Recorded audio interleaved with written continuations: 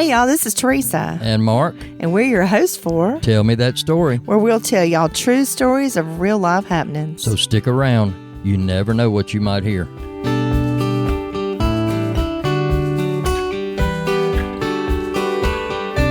Well, hey y'all, we're so glad that you could join us today on Tell Me That Story. It has been a very lazy type of day today. I feel like I have just been able to just rest, and we decided we would just do a podcast for y'all. So how about you, Mark? How you doing today? Lazy. You feel lazy too? The same, yeah. I'm off today and actually took an extra day off this week, so That's not fair. I'm going to be real lazy before time to go back to work. Yeah, sounds good. I wish I had an extra day this week, but I don't. Y'all have to work tomorrow, so I may do a little fishing tomorrow if I can get away. I could see that coming. I could definitely. For those of y'all that don't know it, Mark is a big-time lover of going fishing, and last year we ended up getting a kayak that he's been enjoying, and he's trying to talk our daughter Lizzie into getting a kayak too, but it hadn't happened yet. There's too much water around here not to go fishing. I know. It just calls for you, don't it? It does. I mean, it's hard to not go. Yeah, well, I'll tell a quick little story that's not related to our topic today, but just a few weeks ago, we decided to get out there and go to some of that water, and Lizzie and I had the bright idea of taking a float out there, and even though it's the lake, we decided to go ahead and talk you into taking the kayak, even though you really wasn't going to get in it. And all those waves started going. It was very windy that day. We got way too far out, couldn't get back. And then I had a hard time. I jumped off trying to get us back. I still couldn't get us back. And thank God, my hero, Mark, came to the rescue. Yep. I went out there in my kayak and tied their floats to my kayak and paddled about 400 yards against the wind all the way back. So needless to say, I was very sore the next day. I think it took us I'm going to say 30. It was probably close to an hour, I would 45 say. minutes to get us back. Yeah. But, any of y'all that knows my mom and dad, don't tell them that part of this story. Please don't. They would be highly worried. But what are we going to talk about? I want to talk about God putting the pieces of the puzzle together. Okay, that sounds interesting. So I'm sure some of our listeners can relate to this, how things happen in our lives that we don't understand. Yeah. And then at some point something else will happen. And then something else will happen and we still don't understand. And then something happens that makes all those prior things make sense. Yeah, that's when you go, oh. That's why that happened. Yeah. Because if this hadn't happened and this hadn't happened, this big event couldn't have happened. So it's like God putting the puzzle together. I want to tell a story about how we met Christy. This is a crazy story. Tell them who Christy is. Christy was, she was our lead singer in our group. She was not our original lead singer. Yeah, we used to sing gospel music. Yeah. I mean, we still sing music, but yeah, we traveled and sang gospel music for years, and we started in late 2000. Yeah. And in 2000, I think it was 1 or 2. We're not real clear on the date. On the date, yeah. But we went to Owensboro, Kentucky, to the Crabb family homecoming. Yeah, which if you don't know them, they were, a Southern gospel group. And they were the biggest Southern gospel group out there for years. At that time. And then they were having their first homecoming in Owensboro, Kentucky. Yeah. And they had something, a talent show that was going to be taking place, and you could enter that show, and that was never anything on our radar that we wanted to do. No, that was not something we would have done. And in fact, I even made the statement, there's already enough of a competitive spirit in gospel music. We don't need competitions. Right. But we felt the Lord leading us to enter this talent contest. It was really interesting. It was not something we would have normally done. Right. And I fought it. I did not want to do it. But we finally discussed it as a group, and we agreed we'll enter this contest. Right. And the song that we did was not one of our better songs. No, I don't know why we wasn't. picked the song. I guess maybe, I don't know. But anyway, we got up there and we sang our little song, The sound was terrible. We couldn't hear the monitors. I think one of our mics wasn't working right. No monitor. I couldn't hear the monitor at all. It was terrible. It was terrible. We were in line to go in to do the talent show, and we ended up meeting Christy. We saw some other people that we knew, that we recognized from this, just right down the road within, 2 miles from our house. And then this girl was with them. And they had entered her into the talent contest as well. She was a brand new Christian, just gotten saved just a few weeks before that. And they, as a church, had entered her into this talent contest. And then here we are in line directly behind them. Yeah, we asked her, well, at first we met her, we didn't know she was with that group. Didn't know she sang. And asked her, where are you from? And she said, Liberty, Mississippi. And I was like, what? That's where we live. She said, yeah, I go to church with Zion Hill. I'm here with the Zion Hill church group.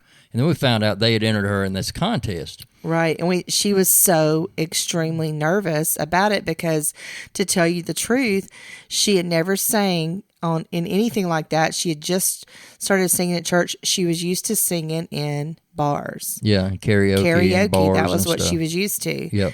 But she got saved, and the church entered her into the contest. And so here she was. We're directly in line behind them, and she was very nervous. And we sat down, and we were watching the other contestants, and it was like an auditorium, and then I was sitting, I think I was directly behind her, and I remember leaning up, and I'm like, honey, don't be nervous. I said, just realize that you really have an audience of one, and you get up there, and when you sing, you just sing to God. And she was like, okay. And when she got up there and it was her turn to sing, my mouth just flew open. I was just so in awe of what came out of her mouth. Yeah, she was good. I was like, wow, this girl can sing. Absolutely. I was like, what in the world is she nervous about? Yeah. So that was the first piece of the puzzle. Right. We went all the way to Owensboro, Kentucky to meet a girl that lived in the same area that we lived in, and saw the people from the church 2 miles down the road from our house at the time when we were living there, that we were booked to sing at the next week. We weren't booked to sing there with them yet.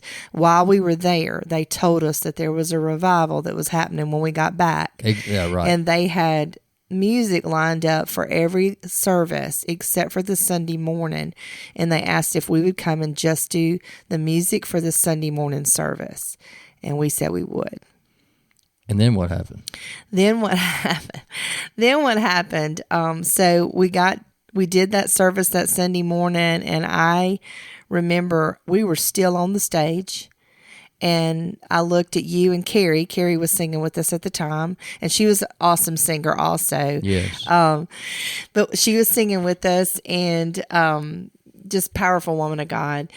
But I looked at y'all and I said, we're going to do the music tonight. We're going to be doing the music tonight. And you said, they already have somebody for tonight. Yeah, they've already got somebody booked for tonight. I said, we're going to be doing the music for tonight, watch and see. So we came down off the platform, and, the service ended, and we walked out to the vehicle. And that's whenever the pastor he come running out there, and he said, is there any way that y'all could come back tonight? He said the group that was coming tonight had canceled. Somebody got sick or something. And I just looked at Mark and I was like, told ya. And so we ended up doing that night service as well. The next morning, and then Christy's there at every single service, and she's watching us, and it's like she is just zoned in, just soaking up everything, every word, everything. And the next day then, which was Monday, I said, I just feel like that we're going to be doing the music for the entire week. And you said, they've got groups booked for the whole week. And I said, watch and see. Watch and see. And so it's exactly what happened.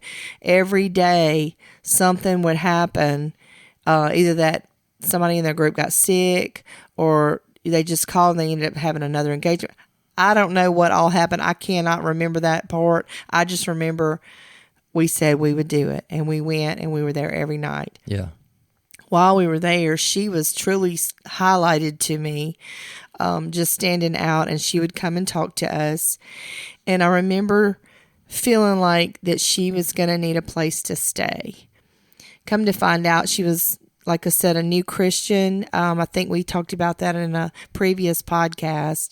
But she was a new Christian, and she had a roommate. I think they were sharing this apartment, and had this roommate. Well, the roommate decided to move her boyfriend in. And so as a new Christian, she knew that that's just not something that she could do. And she felt uncomfortable and knew that she didn't need to do that. So I told her, I said, just know that the Lord wants you to stay with us, and you're welcome to stay. We have, a place where you can stay. We don't have a big place, but we have a place where you can stay. And she was like, well, thank you, but no thank you. And I said, well, it's okay. I'm just letting you know that if it's needed, you have a place. Yeah, she didn't want to do it. She didn't want to do that. She ends up calling me, and she said, I have no other option. I have nowhere to go. And I said, I knew. Yeah, and to give a little backstory about Christy, and she wouldn't mind me saying this because this is her testimony, and I hate to give her testimony for her, but Christy grew up hard. Right. She had a hard life. She witnessed her father being murdered when she was a little girl, and her mother had paid somebody to kill her father. Right. So her father was dead, her mother went to prison, and her brothers just got kind of thrown away. Yeah, like... none of the family wanted to take them in, and I think she lived with some of the family maybe for a little while, but pretty much ended sleeping wherever she could find a bed. Yeah, did some foster care and stuff like that, and then through some of that foster care and things, I think it wasn't great situations at times. Yeah, she found herself in some places that she really didn't need to be in, and because of that... she was scared. Right, didn't want to stay. She had things happen to her that I'm sure she never even told us about, that, she had this wall up. Right. And even when she came to stay with us, we had a tiny little bedroom. She was behind closed doors all the time. She wouldn't even sleep with the door open. Right. We had a tiny little bedroom that she was being able to stay in. That's all we had to offer her. But she would close the door and barricade that door at night. Yeah, because I remember her asking if the bedroom door had a way to lock it. And I was like, no, it don't have a lock. So she just barricaded it. She would barricade it. But anyway, she ended up staying with us for a while. And she was really uncomfortable. And I think she was talking about maybe leaving, and we got your parents to pull their camper. My mom and dad had felt led. My mom and dad were not campers. Your mom and dad were campers, but my mom and dad weren't. But for some reason, it was like 3 months prior to that, maybe 4, my mom and dad came up on this deal of this camper, and it had been parked in their yard. They had never even used it one time. No, and would never have used it more than likely. No, they had never used it, but they had this camper, and so... she wasn't having another option. And so I decided to ask my mom and dad if we could just move the camper down to our house, and so she could stay in the camper and have her own little place. And that's what we worked out. Mark and my dad, they got that, done. And so just kind of set her up house right there in the camper in our yard, which was great. So she would come into the house though, and we would have, I had a beauty shop, so I had some free time and things, and my beauty shop was there in my yard also. So she would come into the house, and we would have breakfast together and things like that, and at night we would eat together, and we would share Bible stories with her. Yeah, and we would gather around the piano and sing. Right. But simple Bible stories, and she would just be... Yeah, things that we learned in Sunday school as children, she had never heard. Yeah. Like, David and Goliath and Samson and Delilah, just childhood Bible stories. Right. She would soak it in so much. She's like, I never heard that. Yeah, she said the church that I went to and I was living with my aunt, all they ever told us was what we could and couldn't do. Right. And she didn't know anything. They didn't get the word. They just got what they could and could not dress do. code and that sort of thing. But anyway. So, we would kind of gather around and we would sing and just kind of play around on the piano, just trying to be an encouragement to her. Well, in the meantime, the girl that was singing with us, really, her name was Carrie, and she just decided that she wanted to pursue a different direction at that time. So we ended up having a sing. We had, what was it, 2 or 3 singings that weekend, and it was like 2 days in 2 days. Yeah. And so we were a little bit distraught because we weren't quite expecting for Carrie to go ahead and decide to pursue a different direction and leave us so quickly. Yeah, and we were like, what are we going to do? We've got 2 singings this weekend and no lead singer. And Christy was like, I can help if y'all want me to. Yeah, I'll help. I can try. I'll help if y'all would like for me to get y'all through this. And we were like, okay. So we went into the house and we pulled up some of our music. And of course, she knew it because she was soaking it in. Yeah. Like through that revival and everything, she was just soaking it in. Well, she had some songs that we knew, and we had some songs that she knew. So we were able to put enough together to get us through the weekend. Yeah, and it was just extremely powerful. It went over very well. It gelled together very, very well, and it was really good. And from that, we were able to. She just decided to stay. It was like, if y'all have me, I would like to stay. And yeah, we never missed a beat, and we traveled with her for up until the group disbanded. Several years later. We had a year that you and I went by ourselves. After that was it. At the end, we did. Yeah. But you were talking about puzzles, Mark. A piece of the puzzle. Yeah, I mean, all these things. God knew that we were going to need her. Right. So He sent us to Owensboro, Kentucky. He knew we were going to need a lead singer, and it's just the pieces just all fell together. And at the end, when it all came together, I looked back and said, well, that's why that happened. Right. That's why all these things, and there were other things in that time period that happened that all fell into this big picture at the end. Right. And I feel like one of the things that caused Carrie to go ahead and decide that she needed to pursue a different direction is she was strong enough spiritually that she could stand on her own and she could sing on her own, and she was comfortable, and had a strong voice and things like that. And at that time, I feel like God knew that Christy needed us, that we were trying to be able to teach her the Bible stories, to be able to, just to be an encouragement and disciple to her. Yeah, I watched her grow spiritually, and it was just amazing. It was like watching a child grow up. It was. And part of the time, I'd say that part of the time I felt like a sister, and part of the time I felt like a mother to her. It's kind of hard for me to talk about sometimes. But I did see such tremendous growth, and I saw God use her, and I saw God use us powerfully. And sometimes when I talk about it, it's just, I get a little emotional. Yeah. It's like my child, my child. Yeah. That was a powerful chapter in our life. It was. It was kind of the foundation of, we moving on from there, it was the foundation we built off of, basically. It definitely was.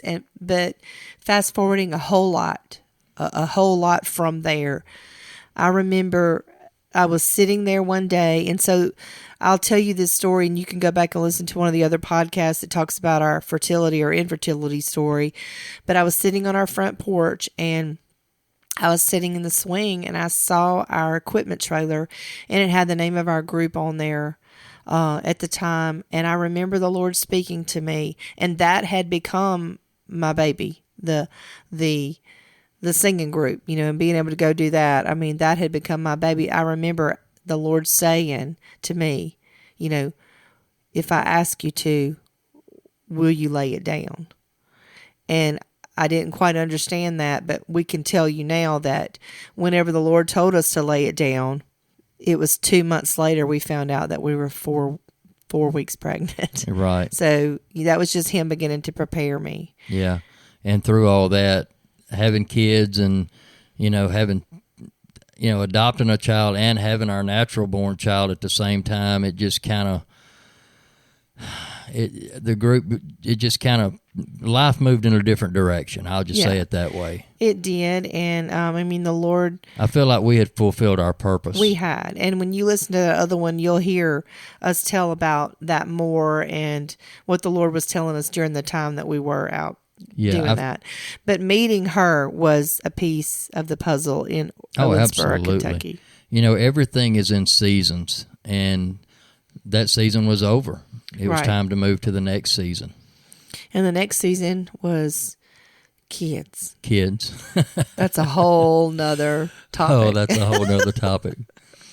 But, I was thinking not long ago, we were so in tune with each other that you could look at me, or Christy could look at me. Absolutely. When we were up on the stage, and I knew exactly what you needed. Yeah, it was just our face. It was just eye contact. Yeah, and we would know.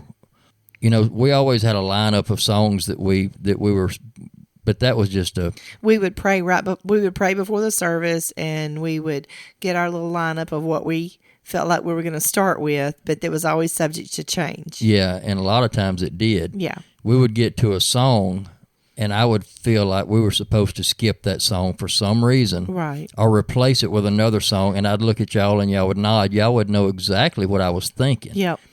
And God would give us the song to sing at that moment. Right. And it just gelled. It just flowed. So, yeah, that was a pretty neat deal about how God put those puzzle pieces all together. These pieces of the puzzle together, and at the end, it made a beautiful picture. It did. So it did, but he had, they talk about the tapestry and stuff like that. You don't see that pretty picture sometimes. You wonder, how does it get from over here and change colors to get to over here and that kind of thing, or the puzzle, but it all ends up fitting together. Yeah, so if God is doing things in your life that you don't understand, just hang on, be obedient, and look for the outcome, because it could be something, it could be a beautiful picture. Right. You dump a puzzle out on the table and look at it, there's nothing pretty about it. You don't see the beauty until all the pieces fall into place. Yep. So, and don't question. I've learned when God leads you to do something, don't question why, just do it. Absolutely. It may not make a lick of sense at the time. But when you know that you know, because when you seek first the kingdom of God and his righteousness, all these other things will fall in line. That's what the scripture says. So you seek him first, his righteousness, and everything else starts falling in line with that. Now, a lot of times traditional...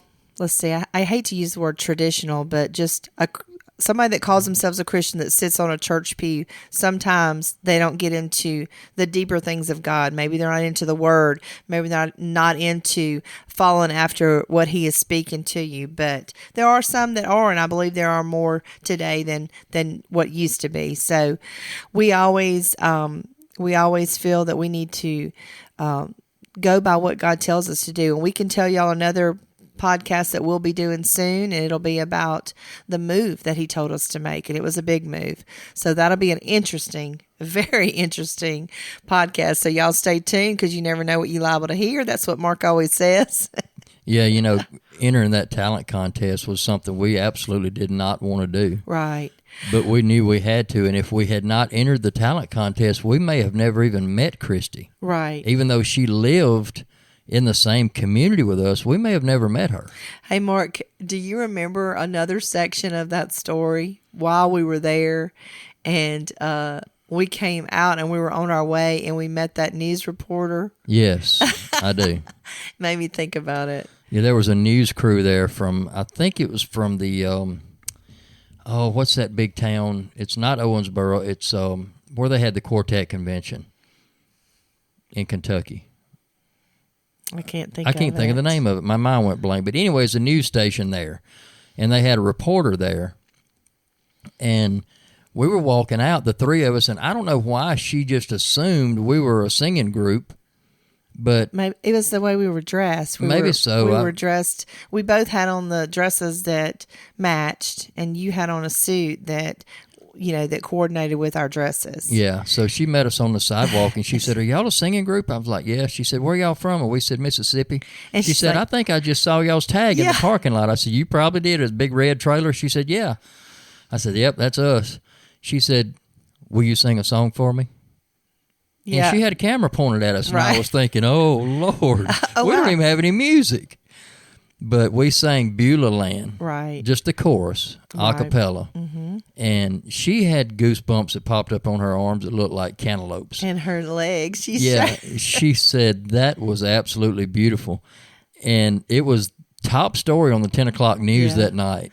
Yeah, it was so funny because we went to the homecoming concert and everything, and after it we were like, we'll leave a little bit early so we can make it back to the hotel room and we can maybe catch a glimpse of it on the TV. And we had our little video recorder, and we decided to record. Yeah, we didn't have a VCR or anything, so we recorded the TV screen with the camcorder. Camcorder, and so we were the top story. That was pretty cool. Yeah, my first and last time to ever be on television. It was really cool, but it was fun. We had some fun times, and I told Mark, I said, I feel like every story that we tell involves around some of the times that we were singing. So I just thought of something else that happened on that trip. Now, we pulled our equipment trailer with us because we had a singing booked either on the way or on the way home. And we had all our clothes. We had a clothes rod in the trailer. We put our luggage and our clothes in our equipment trailer to save room in our vehicle. Yeah. And this parking lot at this hotel where we were staying at the convention center was absolutely enormous. Yeah. It was like 2 Walmart parking lots combined. It was humongous. And there was never a parking place. No, it was packed. It was packed always. Well, when we got there, we backed our equipment trailer up to the curb and just dropped it. Yeah, it was at the hotel. I think you said convention center, but it was at the hotel that you were talking about. Yeah, the hotel was, it was the host hotel right there at the convention center. So we dropped our trailer in the parking lot so we wouldn't have to pull it around the whole time we were there.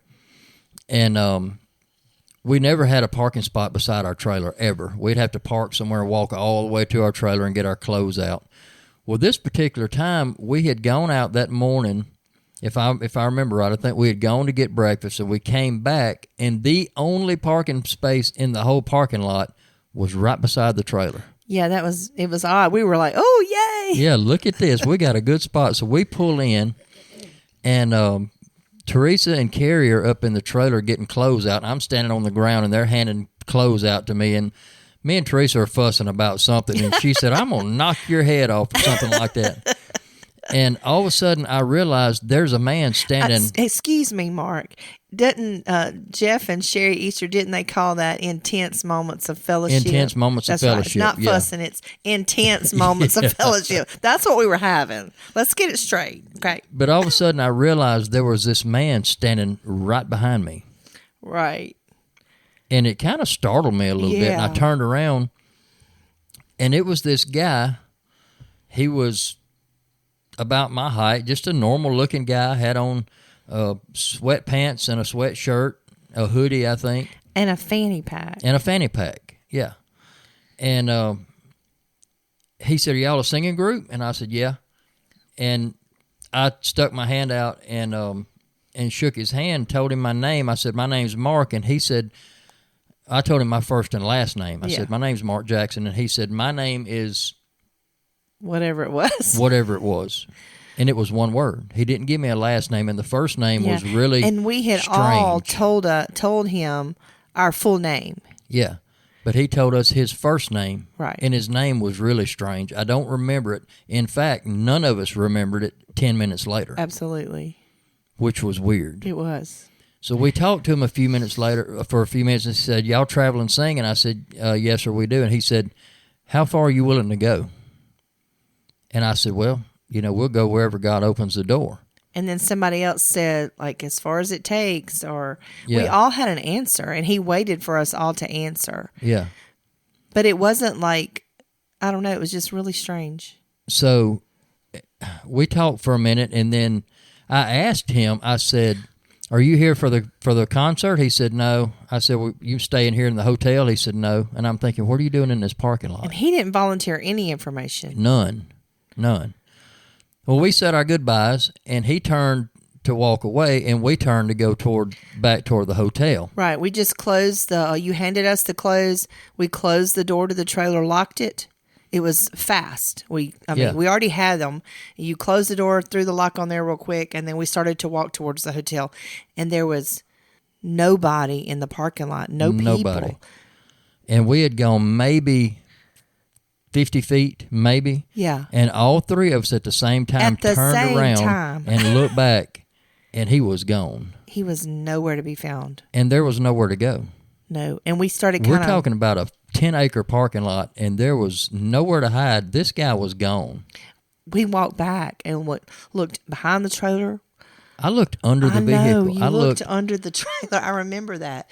I mean, we looked everywhere. There was no people in that parking lot at all, which was very strange because, like Mark said, that's the only place that time where we could park was right directly, beside the trailer, and it was always packed with people. Yeah. And nobody was out there but us. I don't think it was coincidence that was the only parking spot out there. I don't either. And then, and then at the same time, for every single one of us to stop in our tracks and turn around to look to see where he was. And he was gone. He was gone. That's right. And then it hit me. How far are you willing to go? Right. He wasn't talking about miles. No, I don't believe so at all. He was talking about spiritually. How far are you willing to go with God? How far are you willing to go spiritually? Right. And he was gone. Yeah. And it's going to take a lot to convince me that we didn't see an angel that day. Absolutely. We went on back up to our room, and we all, I know one of us got on the bed, one of us got on, one chair, and somebody got on another chair. And we sat there in silence, I'm going to say, for 30 minutes. And I said, what was the guy's name? And none of us could remember his name. Right. It was so strange. And when he told me that name, I thought, that sounds like something biblical almost. It didn't sound, it wasn't a normal name. No, it was not. I had never heard the name before. But it's going to take a lot to convince me that guy wasn't an angel. Yeah. Well, the Bible said we'll entertain angels unaware. Absolutely. If he wasn't an angel, he was a magician because he disappeared. He definitely did, yeah. Yeah, I mean, you would have to be there and see this place to understand there was nowhere for him to go. Right. So, yeah, that trip was pretty amazing. Piece of the puzzle. It's just another piece of the puzzle. That's right. And when it was all together, it turned out being a really beautiful picture. But we just wanted to tell you, if God's leading you to do things you don't understand, don't hesitate. Just do it because you never know what piece of the puzzle you're at. You never know what this picture is going to look like when these pieces come together. Right. We would like to hear from you and hear what kind of puzzle pieces has God been orchestrating in your life. Yeah, don't question it. Just go with it. Mm-hmm. But make sure it's God. Oh, sure. You got to know that you know that it's God. You got to know that you know. That's right. Yeah, but what did we talk about earlier? Seek ye first Him. Exactly. The kingdom right. of God and His righteousness, and all these other things are going to fall in line, because if you're seeking Him first, then you've got that relationship with Him to where you do know. Exactly. So we say, know that you know that you know. Yep. And the Bible says that all things work together for the good to those who are called by the Lord. Who love Him and are called according to His purpose. That's right. That's right. So, anything else you got today? No, I just I thank y'all for joining us today. Hope y'all have enjoyed a little something that we've had to say about pieces of the puzzle that we've experienced in our life, and we hope that we have encouraged you in some way. Please go ahead and like, rate, review, subscribe, whatever it is that needs to be done on the avenue that you're watching or listening to us on. And we just thank y'all for taking time out to spend a few minutes with us today. We look forward to seeing y'all next time. God bless. Have a good week. Blessings. Bye-bye.